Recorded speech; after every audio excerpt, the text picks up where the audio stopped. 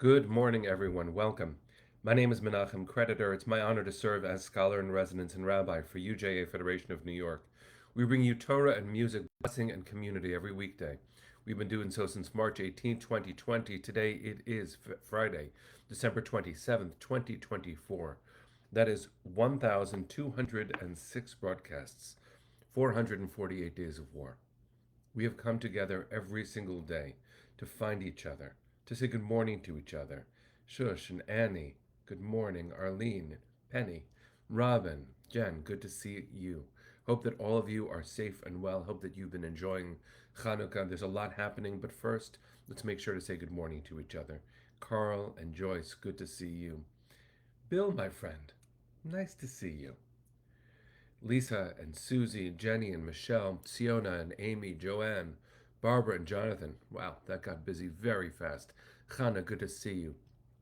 I see that you are on your way finally to Israel. Very excited for you. Keep us posted. Debbie, welcome. Rosa and Linda, Barry, Sharon, Boker Tov. Hi, Lydia. Good morning, friends. Hi, Stephanie, Gary. So nice to see you. Good morning. All right, let's take a breath. Susan and Natalia, good to see you. Hi, Jerry. Boker Tov.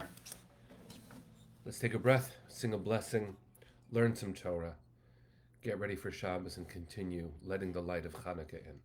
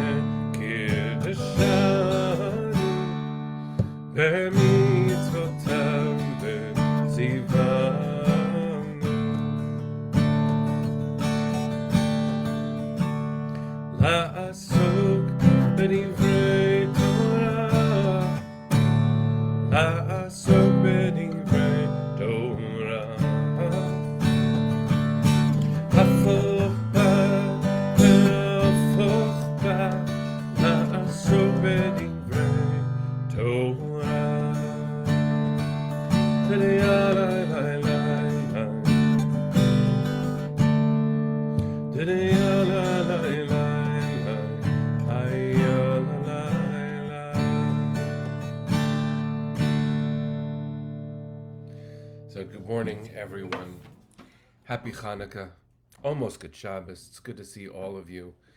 Shari, it looks really good to hear this news. Please God, the doctor should be able to help you regain your ability to walk. We are with you, celebrating every possibility and even amidst all of this, every triumph of your beautiful writing, blessing you with health and healing. It's good to see everyone. I hope that you all are safe and well. There's a lot going on, and I'm making a very deep personal decision for myself to really focus on the joy. I've been looking back, and I'm imagining I'm not alone, and this will come in waves, and this is a momentary commitment, and we'll see how I'm able to continue this decision to really cultivate the joy. We are in the 448th day of war, and this necklace and everything it represents is rusty. And we are praying passionately, incessantly, for the relief and release of the hostages, for the health of our people, for safety, given that Yemen has now sent, I can't even count how many ballistic missiles at my nieces in Tel Aviv. All of this is true. And I also know that Hanukkah offers something necessary. Not just fun, but necessary.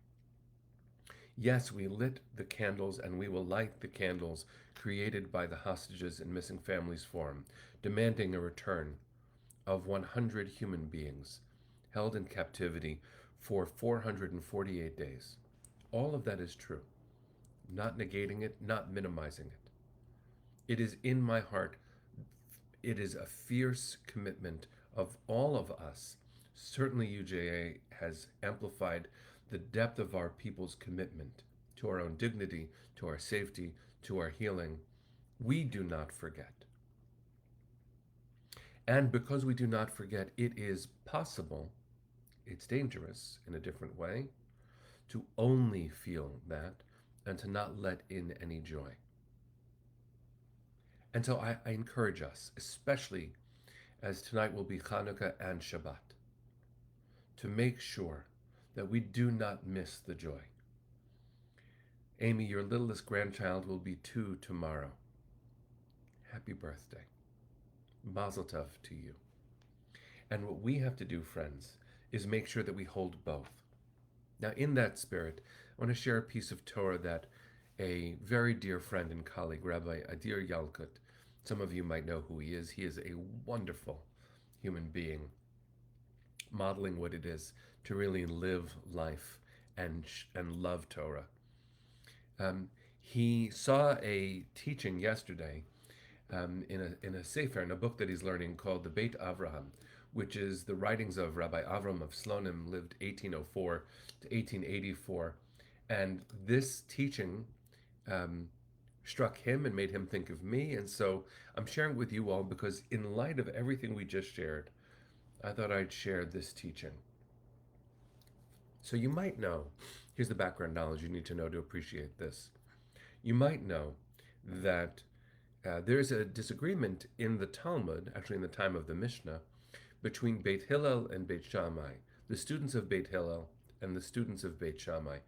Important also to know that they never met. Hillel and Shammai never met themselves, but their students did. It's a very interesting quirk in history. And they had disagreements about many issues of Jewish law, including how many candles do you light per night? Now, if you remember, we learned this earlier this week. The bare minimum that a Jewish household is required to light is ner ish uveto, 1 candle per household per night. So the first night would be 1 candle, and the last night would be 1 candle. That 1 candle is banu choshech legaresh, will dispel the darkness. But we believe that it's 1 candle per night per member of the household. Is that required? No, but that is in a category of observance that we call mehadrin min ha-mehadrin, beautifiers beyond beautifying. It's extraordinary to see the ancient commitment to finding beauty in the darkness. This is the teaching from the 1800s in a book called Beit Avraham by the Slonimer Rabbi, Rabbi Avram of Slonim. So he says that we know that there are differences of opinion between Beit Shammai and Beit Hillel. Beit Shammai is mitzad gvura, is from the side of gvura, might, which also means restraint. Gvura is a phenomenal concept in Jewish tradition, especially in the Kabbalah to experience. Aval Beit Hillel shehu mitzad chesed, but Beit Hillel is coming from the side of chesed, which is the corresponding power. If gvura is might, chesed is love. Those aren't fair descriptions of very complicated constellations of emotion, but these are aspects of God's energy and things that we feel inside of us.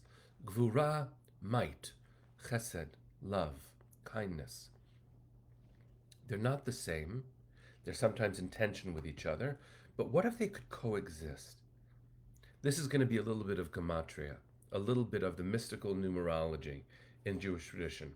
Because what the Slonimer does is he adds up how many candles would be lit every night if you followed the opinion of Beit Shammai and you followed the opinion of Beit Hillel. Listen, it's so cool. According to Beit Hillel, you begin with 1, then 2, then 3, then 4, until 8. According to Beit Shammai, you begin with 8, and then 7, and then 6, then 5. Why? Because at the beginning of the lighting, the Chashmonaim, the Maccabees, began with the full amount of oil. Even if it was miraculous that it lasted as long as it didn't last forever, and little by little, it was diminished. Similar, by the way, the kind of sacrifices that were specifically offered around Hanukkah during the dedication of the temple, you began with this many animals, and then you had fewer animals because you did the sacrifices. Another way of saying this is Shammai begins with a lot and then decreases. Hillel begins with a little and then increases. And then, if you add together each night, how many Shammai would have lit, how many Hillel would have lit. That first night, Hillel would light 1 candle, and Shammai would light 8. 1 plus 8 is 9. The second night, Hillel would light 2 candles, and Shammai would light 7. 2 plus 7 is 9. Every night, every night, the total number of candles, if you follow both opinions, is 9.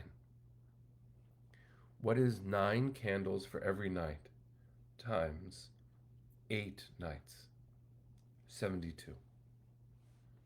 What is 72 the numerical value of? The word chesed, love. Every night of Hanukkah, if we can hold gvura, might, and chesed, chesed will envelop the might, love, kindness will be the overarching reality, and there will be might within it. And yes, Rosa, as you've said, they can coexist. Some of the strongest, most powerful people you've ever met are also the gentlest. That is the definition of strength through this teaching about Channukah from the Slonimer Rabbi in the 1800s. And I wonder, friends, what could we do with this teaching? What could each of us do with it? We can hold it all. We are it all. 7 plus 2, 6 plus 3, it's math I can do, which is saying something. Every night is 9. But all of Hanukkah together, when we follow both opinions, and we hold gvura and chesed, strength and kindness, that is the totality of who we are. What a gift it is to let Hanukkah in and to hold it all, to know that we have the capacity to hold it all. We are strong and we are kind. This is a gift. And so I want to thank Rabbi Adir Yalkut for sharing this deep Torah with me. I want to thank all of you for having the hearts you do. I see that this is resonating with you. It opened my eyes again. It melted my heart a little bit. I don't feel less vigilant. I do feel more alive. May you, friends, on this second day of Hanukkah, going into the third night of Hanukkah, going into Shabbos, a Shabbos where we talk about dreams and their meanings and the possibilities of abundance and eventually even of family healing. Let's hold it all. And when I say let's hold it all, I mean we can hold it all. I bless you with chesed, with kindness and love. And yes, I bless you with gvura, with strength and restraint. We are big enough for all of this. It is pulsing in us every night of Hanukkah. And here we go, into the world with more light. We don't leave Shammai behind, but thank God we follow the opinion of Hillel, more light every night. Let it in. Sit and appreciate the glow of these candles. Let the light permeate your very being. May it be a holy Shabbos, a holy Hanukkah.